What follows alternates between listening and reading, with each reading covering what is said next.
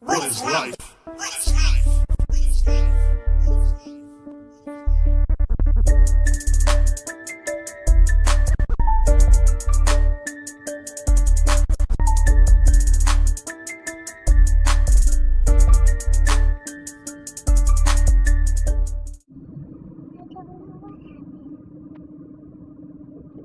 Hey you guys, welcome back to my channel. A funny story on how karma gave me front row seat tickets to the revenge that was placed upon my ex. And we all want to be present when karma hits, right? And everyone doesn't have the luxury and the joys and the pleasures of being around when karma hits, right? But let me tell you this, I was around.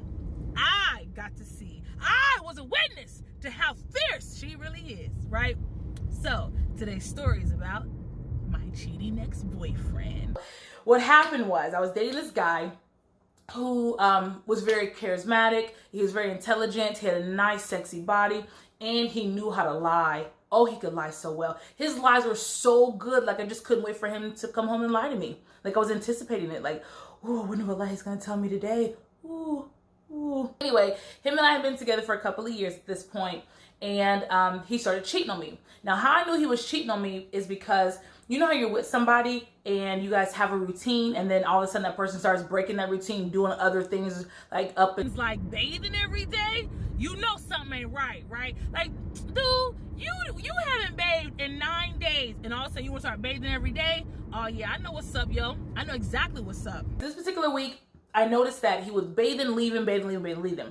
And I knew that he wasn't going on job interviews. And I knew after the third day that he did it, that he wasn't going to his mother's house, because every day he would come home, I would ask him how his day was and where he went, and he would stay to his mom's house. So on this particular day, he left and he did not come back. Now, in the past, I used to be upset and I used to ugly cry. Y'all know what I mean by ugly cry.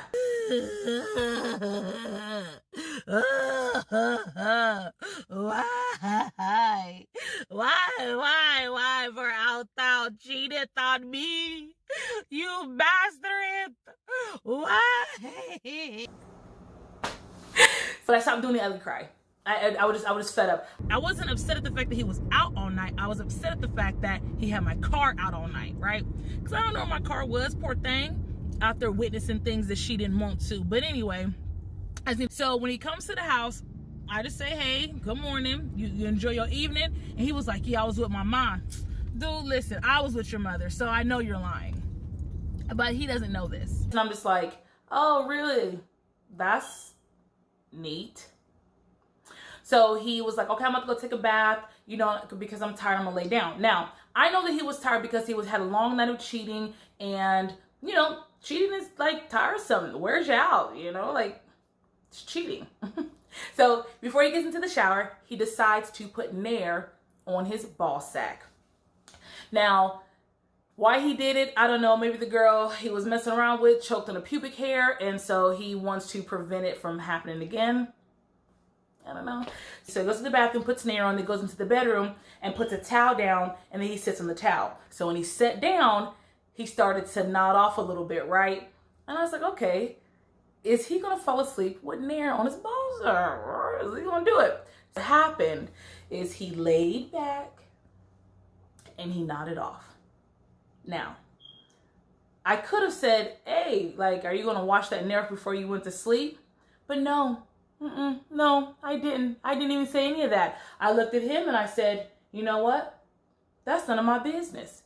I was taught to mind my business, and that's exactly what I did. And I was taught that when a man is extra tired from cheating on you all day, you don't bother him while he's trying to sleep. I didn't bother him. I just walked out the bedroom door, I shut it, and I let that man sleep in peace. He woke up 2 hours later screaming at the top of his lungs. Oh! I didn't think a man could hit that high of an octave, right? I'm laughing internally, right? I'm like, I busted through him. Oh my gosh, what's wrong? Are you okay? What happened? He was like, oh my gosh, why would you let me sleep like that? What? And I was like,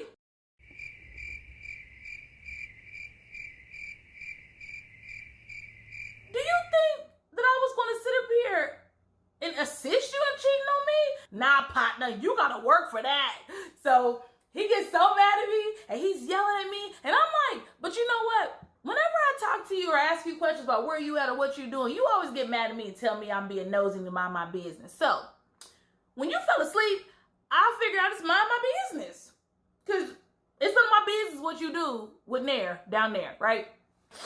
His ball sack has melted to his thigh, okay? Because when he laid down, his ball sack shifted to his right thigh, right? And it kind of melted into his thigh. It was so freaking gross. And I'm just like, shoot, what you gonna do? Like, you gotta go to the hospital. I'm not going to no hospital. I just can't believe that you would do this to me. And I'm like, me, it's not my fault. You don't want to put the Nair down there. I didn't make you do it. So he kind of opens his legs a little bit, and the skin from his ball sack was left. When he opened his leg, it kind of melted to his thigh. It was really, really gross. I reached out and tapped his balls like,